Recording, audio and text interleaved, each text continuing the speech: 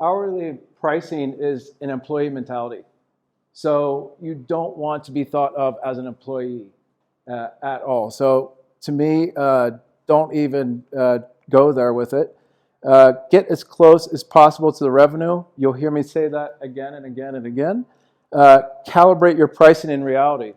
So it also doesn't mean value pricing is not just rattling off a random number.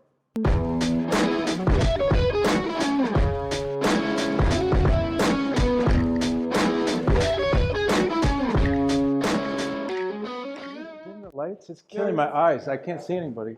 Yeah, John had a vendor last night. So. Oh my God, my eyes are back. And then just raise your hand. I'll point on you. All right, go, brother. I'm going to try and not use the microphone because it's annoying. Can everyone hear me okay? Or are you recording this? Oh. Yeah, you can. Okay. You can use. You don't have to use the microphone. Okay. I will. So okay. The microphone. It's just easier. I'm going to use it so that his microphone will pick up the speakers. All right. All right. Here we go. Everybody, thank you for coming out. This is pretty epic and pretty awesome to see this many people here. So, like, you guys are creating something awesome. This is really like your community, your thing, cool stuff. So I'm going to talk to you about how I've ran a consulting business for like the last 20 years, off and on. So yeah, I'm old. And so basically, I'm going to walk you through the idea of building a six-figure consulting business. With that in mind, it's kind of funny. So I don't know if you guys saw the picture coming in and it said, "Don't be the lone wolf." Be the fucking lone wolf. So once again, contrarian ideas. Yeah. So one of the things I want you guys to take away from this session also is that, you know, it's not about getting some kind of template from me and like, oh, then suddenly you can turn the faucet on and create your own six-figure consulting business. You have to find your own way.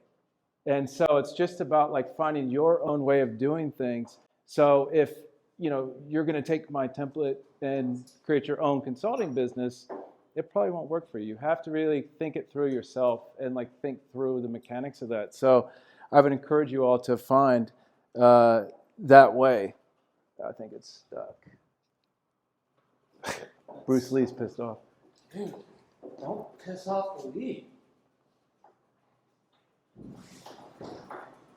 Do we need sound or just? That's okay. You can turn it up. People have maybe heard it. I don't know if we get. I think it's trying to go through here.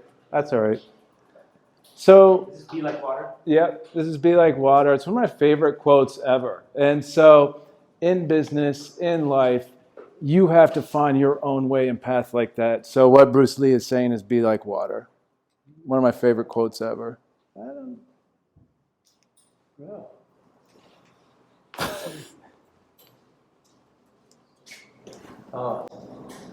Okay. Yeah. Did you fuck with my slot? Dude, I love you, man. I love you. Okay. So I'm Jon Myers. And for the last 20 to 25 years, I've been involved in creating digital businesses. I've worked as a designer. In this case, as designer, what that means is a visual designer. So designing iPhone apps, web applications, and so on. Oh, okay. All right. So part of my approach to life and running a business is to look at seemingly ordinary things in unconventional ways. And so what I see when I look at something like this, after a hit of acid 20 years ago, is this. So what I did with my particular consulting practice back in the day is I started looking at it for inspiration. So this is a 3D model of stocks. So this is something that I created to help Goldman Sachs visualize information in new ways. So this is actually a living 3D environment of data that we created there. So I'm going to kind of take you guys into the STARGATE, unwind what I actually do and my particular process, and hopefully that will get you thinking about your own, if I can get this straight. Okay, so little cheesy, but it has to be said, identifying your purpose, creating your own lone wolf operating system. So this is the code. This is how you approach the world.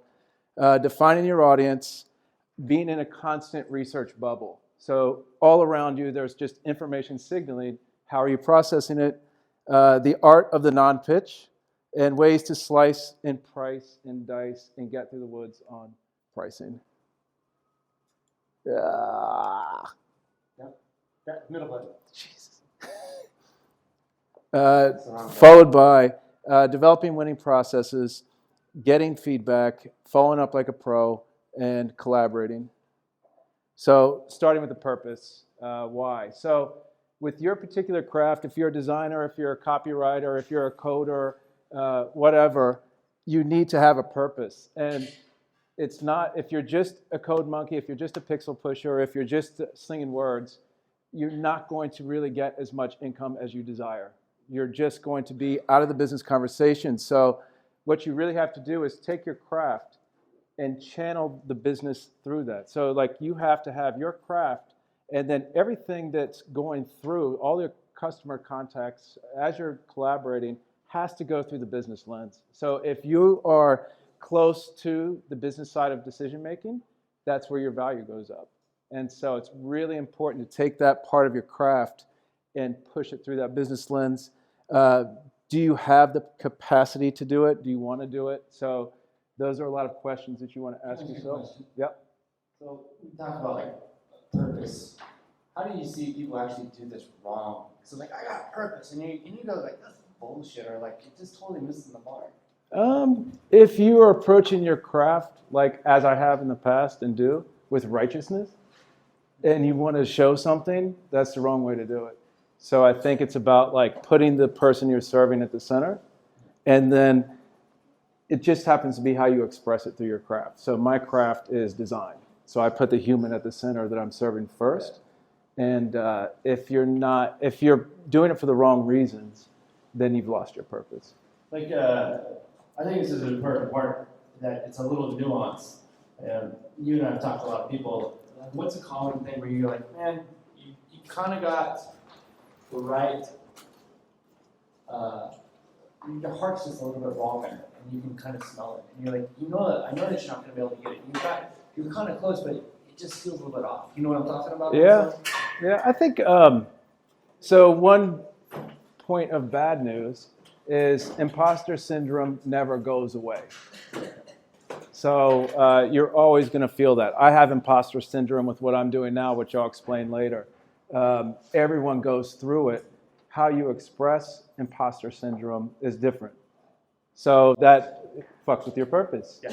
So basically, if you're being really boisterous and expressing that feeling that way, that's one thing. If you're being a wallflower and not engaging at all, that's another way of expressing that fear. Yeah. So it's better just to know the fact that you belong at whatever table you're sitting at. That's it. If you're there, you're there. If you're there, you're there. That's it. Okay.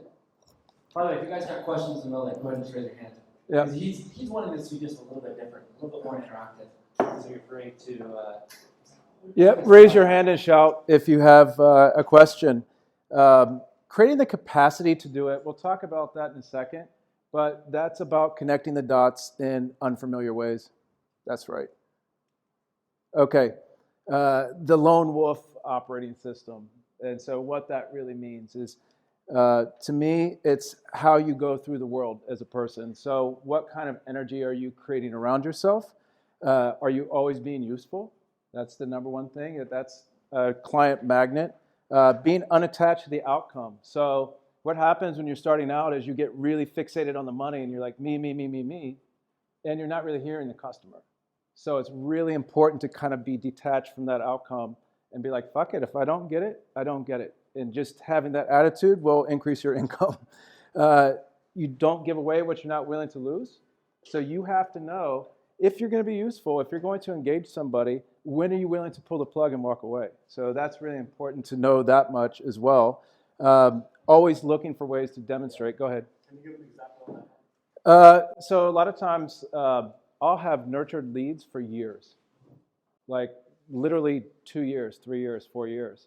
And I'll feed people information. So I have an information habit that's crazy every day. And if somebody appreciates it, I'll keep on. If they don't, or if they're taking, then I'll try to exit out of that. But usually it's up to me. It's my fault if someone takes, like that. Does that make sense? I think the other one is similar to that is, I gotta have that. I gotta have that client, and I gotta work really hard. And I'm gonna keep paying into it. And then when you don't get that client, you do feel like a loss. Like, God, it's like I should be putting money or time and effort Yeah. for somebody else. It's a lot of that goes on. And so you got to be to the point where you're like, oh, you know what? If none of that happens, I'm totally fine with the time and money I put into it. But as soon as you begin to feel that little edge, you're like, I could be doing something better. That's where you got to stop. Yeah. I saw him. What do you mean by information habit? What I fill my head with every day. So reading blogs, curating my information feed that's coming in. That helps you kind of develop that operating system. So you're looking around at the world. So when I'm reading the New York Times, I'm thinking with this certain head on. So I'm like, wow, what a great opportunity. If somebody's griping about something in the paper, that might give me fuel and information as part of my operating system to either engage customers or do something on my own. Speaking of that, I really like the AI article that you posted. Yeah. But I was going to say that, or ask you, in my business, I have like ebbs and flows where like it's like everything, and then I turn around and then I've got these nurtured leads, but then I just want to convert one. Yeah. Because I find myself at the bottom. So like we're really busy, and then if you're at the end, how do you keep a steady flow or not feel like you gotta go and push to give away too much to convert at that time when you need it? Does that make sense or no? I'm going to just repeat the question so we can get it on video. Great. He's basically saying the question is, you got an ebb and flows of basically leads coming in, right? Yeah. So how do I keep it constant where I'm not chasing them too much? Yeah, well also with the long-term nurtured leads, you end up trying to, like I end up trying to push hard to convert and often end up offering too much that affects my margins. At the bottom of the. I honestly don't keep track of it that much. And people that have worked with me know. Justin's grinning right there. I can see him. And so he's worked with me. I'm always implicit, never explicit. I never ask for the business. I'm always implicit about it. So it's either evident and they have to ask, or I just peace out. I keep moving. But I very rarely am like, can I sign you up today and send you the invoice or whatever? It's quite rare that I would engage that way. It's always implicit. So. Good question. Okay, simultaneously playing the short and long game. So there will be other people grinning in the room. JD knows. So, I kind of play the short and long game both. So like I do have a horizon that I'm looking at when I'm as part of my operating system as an entrepreneur, as a designer, looking at that. Nurture, don't nag. So that kind of plays to the implicit approach. Who and why, the audience. Okay. So you have to kind of define your audience of like, who is it? Who is your ideal customer? Like where are they hanging out? Like what are they doing online?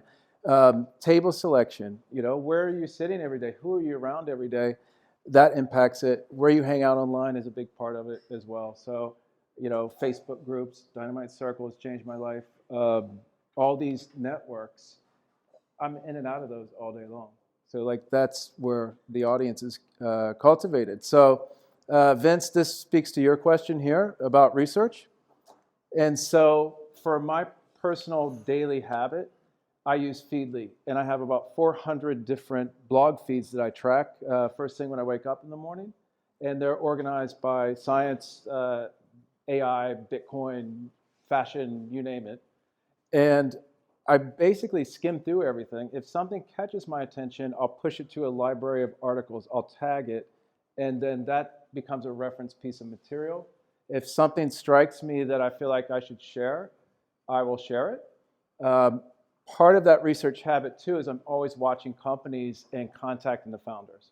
So, especially with software as a service companies, the founders are really accessible. So you can literally just email them. So that's part of my habit. Why do you do that? Usually I don't know. You just are stocking up social currency.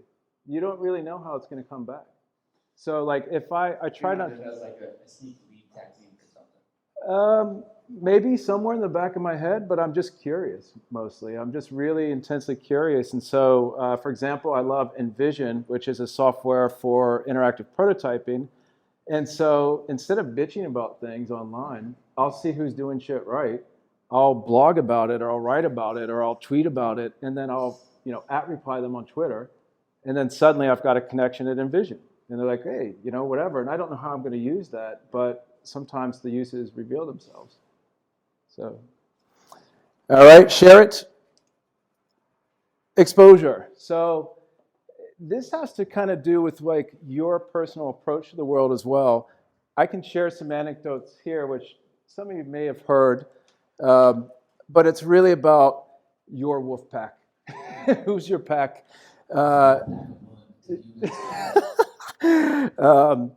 Personally, that's why I'm connected to you all here. I seek mavericks. I seek lone wolves myself. I don't want to be around average people. I don't want to be around literalists like that. I want to be around people that are, exceptional as well. So that's part of that exposure constantly of going out. I spoke earlier about creating the energy that you would like to see. And so one of the things I did is how I raised venture capital the first time, which was by giving away free tacos and beer. So I was stuck in Columbus, Ohio, and decided to create an event where we gave away free tacos and beer. And it was a total secret. I didn't want anybody to know who was doing it or why. And so that baffled everybody. We started getting all these people showing up. And next thing I know, I got connected to these venture capitalists. And then we ended up raising capital. And the reason is because I was unattached to the outcome. I didn't give a shit. And so I was like, let's see what happens here. So if you're really polishing the pennies and like trying to track it and like, oh, I'm going to close this many leads, you're going to fuck it up. Go ahead. You got a question? No, I just wanted to say interview about that 3 or 4 years ago when you're on the 10 episodes of podcast that I did one time. And we talked about it, and you just said, I remember digging into it, and you were just, that it led to so many things because you were unattached, that's being water, is basically what it was. You were just there in the moment, something was going on, and then because of that, things began to flow to you. And then also the other good one was the shoes. Remember we talked about the shoe story? Yeah. That's another one. I first came to Saigon, didn't know that many people, and I saw this guy with nice shoes always walking by me in the stairwell. And one day I just said, hey, nice shoes, man. And that was it. And so he's referred me over $250K in business. So like, never know. So just be intensely curious about what's going on around you. That audience will start to form. Yeah, can I speak to you as like an outside observer? Yes. So an outside observer of the winker. Yeah. Go for it, man. I'm winking. Is that one of the things I really appreciate about you is that there is 100% almost an authenticity. So, and that I remember one time you and I had a conversation. I was being a whiny little boy, and he just told me, he's like, "What the fuck do you care what that guy thinks about you?" Yeah. And you weren't like angry. You're just more like, why are you letting it drain you down? Be authentic to who you are. Because you were saying, basically to me, you're holding yourself back. You're holding back on opportunities coming to you. And then your shoe comment was sort of like, I'm just being authentic. I'm not trying to get anything. Well, what's up with the shoes? And then that's what people really pick up on is really your authenticity. I think so. Coming across. I think it helps.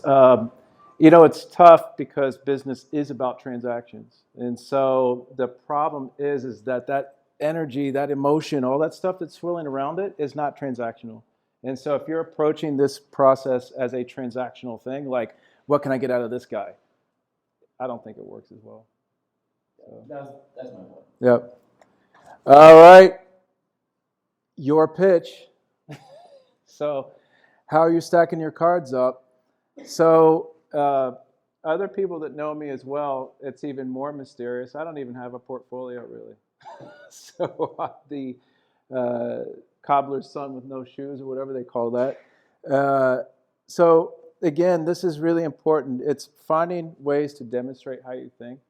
And so that's what's going to be part of your pitch. It's like if you're in front of a customer, if I'm in front of a CEO and I'm pitching a design project, I'm not talking about design. I'm talking about their business. I want to understand like how they're running their business, how they're going about it. If you are going to do something, case study. Like that's what do you mean, like if you're going to do something? to market yourself. Portfolio is kind of static, so you really want to have case studies that demonstrate your approach, what the results were, and what people can take away. So instead of just saying, here's this pretty work that I got, it's more like, here's this pretty work, and these are the results that we got. Yeah, like people don't care about awards that shit won and all that. They're like the nitty gritty, what happened and why. Let's go back to the boardroom. So instead of you presenting this beautiful masterpiece of all of your concepts, you're sitting there and you're digging into questions, where they're at. Yeah. What do you think you do differently than other design dude who comes in and says, like, I think this is going to work for you, I think this is going to work for you? And what allows you to not just create a design, but you know that you're creating something that they need. Yeah. Fuck if I know. But I think what it is I just care. I'm very intensely interested. So if I'm working on a project, I want to, and the thing is too, so in business, in your craft, you're actually a servant, not a god. That's where everybody gets it screwed up in their head. And so you're serving others with that craft. Now, when you're in the boardroom, you're not actually serving that stakeholder. You're serving their customer. And so you want to get as close to the scene of the crime as possible to get that information to figure out how to serve that customer. Right. Because I remember you talking about this, like sometimes they're like, we should do this. And you're like, no. I have to say no a lot. And the reason you're saying no is not because my design is the best. You're saying no because it's not going to serve your customer. Yeah, although you have to develop ways of listening. So if they are proposing something, you don't immediately shoot it down. You have a process for extracting what's in their head. Sometimes it's nothing, it's just knee-jerk. Other times it's sincere concerns. So it's like, what's that process for getting to the point? You guys get the difference on that one? Okay, positioning. So positioning is a really interesting topic, right? So basically, I could position myself to be the restaurant website designer, or I can position myself to be the biotech designer, the banking designer. Sometimes you can kind of transcend different categories. My positioning is expensive. So increasing your perceived value to customers and becoming a problem-solving leader in your field. So what that means is when you want to be top of mind. So your perceived value, like when they think of design, I want them to think of me. All design or in a particular field? It doesn't really matter. I get it all and I entertain it all. Yeah. But in terms of actually engaging, that would be, somebody with, a business they want to turn around or launch a new business that's venture-backed, that kind of thing. So are you saying that you want to be, for you particularly, you want to be top of mind for all things, but while you're that, you're only engaging in depth with people that you find interesting, or something that kind of like floats your boat? I try and be kind to everybody. I think there's no reason to do that. I try to hear what everyone has to say, but I'll just politely bow out of stuff. So I think that's the right way to do it. The second point is extremely important. Be irrationally responsive to the point where it's freakish. So it's like, if somebody sends you an email, respond in 10 seconds, not 10 minutes, not 10 hours. Be irrationally responsive, because they can't see you working. So if you have that's the only thing you have is your response time. So for me, if a lead comes in, I'm like, you want to hop on the call in 5 minutes, let's go. You just want to be very aggressive about that. Always be accessible everywhere. So I just let it all hang out online. Go ahead. How can you be irrationally responsive and also get the work done? You just have a list. I think everyone has different ways of working, but to me, I don't get the kind of volume where it would be like a huge interruption. They're usually like maybe 3 to 5 a week in terms of inquiries, so it's pretty reasonable. Also, in client engagement, though, I do like to be irrationally responsive. So I'll be like, someone will be in Slack at 10 o'clock at night saying something. I'm like, well, let's hop on a call right now. Let's go. So I think that's really important to have that type of response time. All right. Yeah, go ahead. All right. Here we go. You guys fuck this one up all the time, so we're going to talk a lot about this. Pricing. All right, so there's a lot of pricing gimmicks out there. Everything from productized services to hourly to value-based that has no anchoring in reality. And so I would strongly recommend, A, going away from hourly pricing. So hourly pricing is an employee mentality. So you don't want to be thought of as an employee at all. So to me, don't even go there with it. Get as close as possible to the revenue. You'll hear me say that again and again and again. Calibrate your pricing in reality.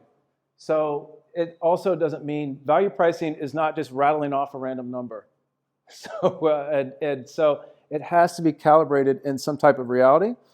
Tell them about when you send somebody a bid. Yeah, I'm going to show you guys that too. We'll wait for that. Yeah, so you're coming in as a business strategist, and you're really trying to identify the impact that that customer desires from your efforts. So you're really trying to understand, like, if we redesigned this website, what kind of result are you expecting? And then that gives you a way to calibrate your pricing. If you are attacking different verticals with heavier cognitive churn, your banking, biotech, you charge appropriately for that churn. You're going to go to sleep with those thoughts, like trying to crash through a problem. You know, if you're developing a photo app that's flippant, it's not going to have as much cognitive churn on your head. And so you have to price accordingly to that. Don't be a paper chaser. So don't just be chasing paper, chasing money. Oh, money and paper. Go ahead. So my question is, would you work with a client as the business strategist, identify the desired impact of your efforts and calibrate your price against that impact and say, because I'm making you an extra $500,000, the price of this will be $300,000? Yeah. Something like that? Yeah. Yeah. Would you be that clear and transparent? Sometimes yes, sometimes no. If people ask for it, yes. Other times, no. It just depends. Like with biotech stuff, which I've done in the past, that's really expensive because it's, you know, clogs up my head. So price that accordingly. All right. Finally, don't chase that paper. All right. Processes. This stuff is kind of obvious, kind of not. So really in everything in your business, you should have a documented process for everything. And so the process makes you think through the steps of what you're addressing and why. Why is that important? So I have a proposal process. I have a new prospect inquiry process. I have a project management process. I have a feedback process. I have a project closure process. How do you go about creating them? You can iterate. So you can create a loose framework. You should be documenting it. And you should have a way to just roll that out in a serial manner over time. So you're just saving yourself the hassle in the future. Yeah, so you're just basically, if I do it the first time, I'm going to just jot down what I'm doing, and then at least I have something so I'm not reconstructing every single time. And then iterate from there. Yeah. How many people here who are in a service business, you're talking to a prospect, and they go, well, how much is it going to cost? Like, what's the price? Well, here's my process. Let's go. So you have a way to funnel those inquiries out to arrive at that. That process and system also defines your craft. you know? So it depends. Like in design, there's a certain process and system. In copywriting, there's a certain process and system that's attached to that. Proposal and working processes. So that's super important. You know, you don't want to be stammering around. If you have a hot lead on the plate, you've got to just have that process ready to go. I got a really funny side question. And just it's kind of like a gut feeling for you. How much do you feel people actually feel more secure with you because they see that you've got a process? Hell yeah. Just by the mere fact that you've got a process, that's very simple. People feel like, now I'm more comfortable working with you. Yeah, you should be it gives you such an edge on the competition. You know, so if everyone else is stammering around and you're the person that looks sane, you're going to get the business. So, the thing that's really important, actually, and a lot of people screw this one up, project closure process. So when you're ready and you're afraid if that customer is going to pay that bill or not, and you're kind of like, oh man, I hope they pay that final invoice. Well, if you just fire over an invoice and you haven't had proper closure, they might get amnesia. They might forget what happened. And so I actually have a project closure process that goes out first before that invoice goes over. So it outlines the sort of philosophy that we developed for that particular project. It outlines the challenges that they face ahead, the advantages they'll have, and that it gives them the final files. And I don't try to do the hostage situation with a customer either. I just hand it over, be like, hey, pay the invoice, do the right thing. Part of that, I think you do this, is that when you set up the initial contract, you're really talking about, these are the points I promised to cover for you. Yeah. Like, we're going to do this, we're going to do this, we're going to do this, based on everything that you've told me that you need. It's not that I'm just going to make you a website, but we're going to do these specific things. So when you're doing the closure process, you're basically saying, hey, did we get these? Yeah. Did we really go through all these? Yeah. Tell me now if we did or didn't meet them. Yeah. And how much do you keep the conversation going through the whole transaction? So that's actually like a mini website that's generated. For you? Yeah, I use an app called Letterspace, which uses Markdown. It's just a note-taking app, and you can generate an HTML site out of that. And so in that document, there's a farewell letter. And it's like, hey, it's been great, and whatnot. And it says, the project has come to a close. It's time to say goodbye. So you just explicitly state that. There's some ideas that you want for emails. Very, very important, though. I'm going to talk to you a little bit about, just so you can see like how I think about design and talk about my particular craft. And so for me, design and approaching it is about solving problems. It's about the experience, cliche but true. Defining the problem. So in my case, when I'm making that cell, it's about problem solving. So it's not just art, aesthetics, making a pretty picture. It's really about solving problems. My particular method. So I have a general framework that I use for approaching design and projects. I then take that framework and tailor it to whatever situation I'm addressing, which I'll show you guys in a bit here. Hypothesis. So this is really important. So these are, what are you hypothesizing that you're solving and why? And who's that important to? And is that the most important thing to focus on? Again, your systems. I don't need to rail on that. And then the refinement, So this is really about, you're kind of sculpting this chaotic whatever, and you're trying to prune it into perfection. And the beauty is it'll never be perfect. Okay. So this is a project that I worked on with the folks at Vina Capital here in Vietnam, and we launched a digital bank from scratch. And so this was a really exciting project. I think when we started, one of the guys is in the room, Justin. How many people were on board? 6, 8? And there's, how many people there now? 80 people. So they're still around. So it's awesome. And so Justin will remember this. So we created a banking design process. So even when I started to go in and pitch this deal, I was already here. I'm like, how are we going to attack this problem? Like, why is this so special? Why should this product even exist in the first place? So we came up with this banking design process. And so that was actually part of the initial pitch. So the framework that I created for this is really simple: information, action, and intelligence. So the essence of a banking app or banking period is information. How much money do I have? What's in, what's out? Action, save money, move money, send money, pay a bill. Intelligence is, insights into my behavior. How can I change my behavior to get my desired goal? And so this is how we approached the actual design process. So we started kind of mapping these things out to express that design system. So here, you have all your account information right there. You can swipe to act, and you can tap for intelligence.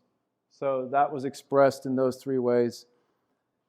Getting back to how I actually run my show, and you'll have to figure out what your spider web looks like. So, when we're working with a customer, so this is just my particular way of collaborating. So new lead comes in, depending on the size and scope. Just referral. I've never done outbound marketing. Some random email, some Slack message, some Facebook message. Facebook, like I had a consulting gig in Dubai, and that was through a Facebook message. So it just depends. If it's a serious inquiry and it's going to look like it's a big project, then and if they don't have Slack, I'll set up a Slack team for the express purpose of doing gathering requirements. So it's like, okay, get into my spider web, let's go. So then it's a passive way to talk with a prospect. Yeah. What do you mean by, actually, I think that's pretty big. So when you say passive, why is that an advantage over something else? Because it's a nurture versus a nag. So you're pretty happy just saying, hey, we're going to go through this, I'm not hammer it all, but like, put some things up here, make some little comments, I'm going to put some comments, and you start the relationship that way. Yep. So it's giving them a taste of how we work together. So it's like, this is how we're going to do things and get the results you want. Do you ever know anybody that was like, oh, I hate this and I'm out? Yeah. I don't want to deal with them. Yeah. That's a great filter. If they're not willing to do the work for that, and like, how on earth are you going to collaborate? So that just is a great filter to get them out of the way. So Google Sheets. So in my particular case, this again is part of the process. This is my spider web. I actually get the customer to fill out the requirements. So in the case of design, I'm like, what screens do you anticipate? Please add a simple statement next to that of what you expect to happen. So if they can't describe what I'm supposed to design, how in the hell can I design it? So they have to be able to do that to me expressly. Trello project plan. So then I take those requirements, I dump them into a Trello project. It actually scaffolds out a project plan with a Gantt chart, and then it spells out the timeline, and then I use that to calculate cost. So it's rooted in reality. Proposal. So there is a theatrical brochure-like proposal that's quite epic. What do you call it? You said there's a particular name that you forgot what it was called. I've said a lot of crap, man. I don't know. You said it's the business drama? Yeah, theater. It's business theater. So it's like so that proposal, that's the only chance you get to demonstrate how you think. So that gets passed around. So the way this whole proposal system is designed is to address different types of stakeholders. So, the one stakeholder that's like, how much, how long, they're going to skip right to that, but they're going to go past this theatrical presentation. The bean counter that's like, how did they get to these numbers, has the ammunition right there. Did you give an example? Of one of your proposals? Yeah, I'm going to put it up. Yeah. The only reason I mention that is the first time I saw this, I was like, I have to have that. Because the way that Jon designs it is that it nails home a lot of things, and it takes away a lot of fears that people have about signing up. And so he makes it the process where basically when you get down to the very bottom, that they're either going to take action or they're going to walk away, and there's no wishy-washiness in most of them. Yep, that's correct. So it's explicitly stating what they're getting. So there's no ambiguity there. The one-page summary, so the way this particular sequence is activated is that once we've got all the requirements, we're at proposal, we're ready to rock, this one-pager goes out to the prospect and says, hey, we're ready to go. Here's everything you need to look at this. They can then download the long-form version. They can see the project plan. They can see the requirements. This actually guides us forward when we're working on the project. So we've got all the infrastructure in place. So the moment the money hits the bank account, we roll.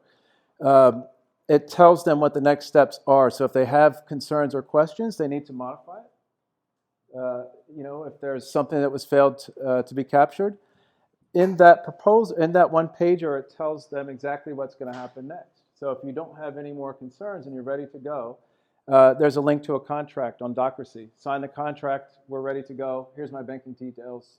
That's it. So it's all one system in there. So that's part of my spider web. Endless projects and feedback. So it doesn't matter if you're doing copywriting, design, marketing, coding. You're going to be trapped in this feedback loop that a lot of freelancers get stuck right here. And so it's 8 minutes. 8 minutes? All right. We still got a lot to do. All right. So getting that customer feedback, it's descriptive, not prescriptive. So you actually have to train the customer to communicate their needs and wants. So if they are saying, make the button red, you want to say, well, what are you trying to accomplish and why? So it's really important to have that in place. Listening to concerns, repeating concerns, and having a system for following up and addressing concerns. Taking care and following up. So again, this is kind of talking about connecting with that audience, and you're kind of engineering this serendipity in your life that brings the leads in. Creating that information filter. So again, you have this research bubble around you, and then you're getting stuff to share. So you're just dishing it out all day long. And again, following up in implicit ways, not explicit. Collaborating with other lone wolves. So, teaming up with other freelancers to expand your reach and skills. Selflessly connect others. So, if you're trying to broker deals and get a kickback and play these games, you're just messing around. It's a waste of time. So, better to connect selflessly. The lone wolf code, the next steps. So again, your purpose, like taking your craft, channeling it out there, and like, what do you really stand for?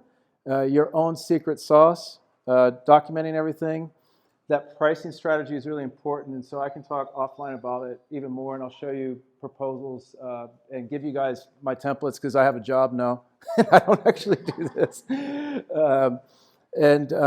Be worth talking about, So it's like if you're constantly engaging people and you're out there and you're interesting, then people are going to, or if you, whatever, let's do it. Don't be a paper chaser. We're supposed to chase it? Yeah, so, and here's the funny thing about this whole shtick. I actually am no longer a lone wolf, I have a pack. So I actually, through the process of consulting, I've gotten the first job I think I've had in 20 or 25 years. So I've taken over as CEO for AMZ Tracker, moved to China. So I'm kind of sadly out of here, but certainly not out permanently. So any questions, fire away. We can take a couple quick questions. Yeah, go ahead. My question is, it sounds like during your 20 years, you were a lone wolf. Why did you stay the lone wolf versus, hiring more people? No, actually, that's not true. So I started I'm out. just going to repeat the question real quick. The question was, when you were a lone wolf, why didn't you hire out? Or why did you stay a lone wolf, not hire anything out? I don't know. You don't know what. Wow, I don't think we were supposed to see that. No, The laptop was a gift to me, if you can. Yeah, clearly, man. No, I actually started out with that kind of like old school mentality, like, oh, I want a big agency and have a bunch of staff, which I've been through that game. After 9/11 hit, I lost all of it. And so I was like, oh, I think it's better to be the lone wolf. And so it was becoming more acceptable at that time to be a lone wolf. It wasn't really an option up until like maybe 5 or 10 years ago where you were taken seriously. And so back then I did have that overhead. There's not a right or wrong way to approach it either. Like, you can collaborate, you can do stuff. There's no rules written in, hardwired like that. It's just whatever's appropriate. It also just fit you too. Yeah. And that was it. So he's talking about being a lone wolf. You don't have to go this way, but if you want to, you can. And great, you can do a great job at it. Yeah, I've done both. I've also raised venture capital for my own startup, like I was saying, and so I was dealing with staff and all that, and I was really immature and stupid, so I wasn't a good leader back then. And so when this opportunity came up to head to China, I felt like I was a little wiser to take it on and give it a shot. Let's ask one last question in the very back. Yeah, you talked about looking for ways to demonstrate how you think, Yeah. and you prefer case studies to. Can you talk about some other ways that you demonstrated how you think, or Yeah, sure. So the question is, you talk about demonstrate the way that you think. Other than case studies, what are some of the ways that you can do that? The easiest one is online forums. So I'm in the Dynamite Circle, I'm in hashtag nomads or Facebook groups, you name it, and I'm just constantly commenting. And so everyone's like, how do you have that much time to comment? I don't. I use an app called Letterspace again, and I'll compose my thoughts in that app, and then I'll copy and paste it into that relevant forum. And so it's, just a part of that information flow during the day where I'm, output, input, output, input. Really great. Thank you very much, John. He's going to be here, so you can ask him questions later.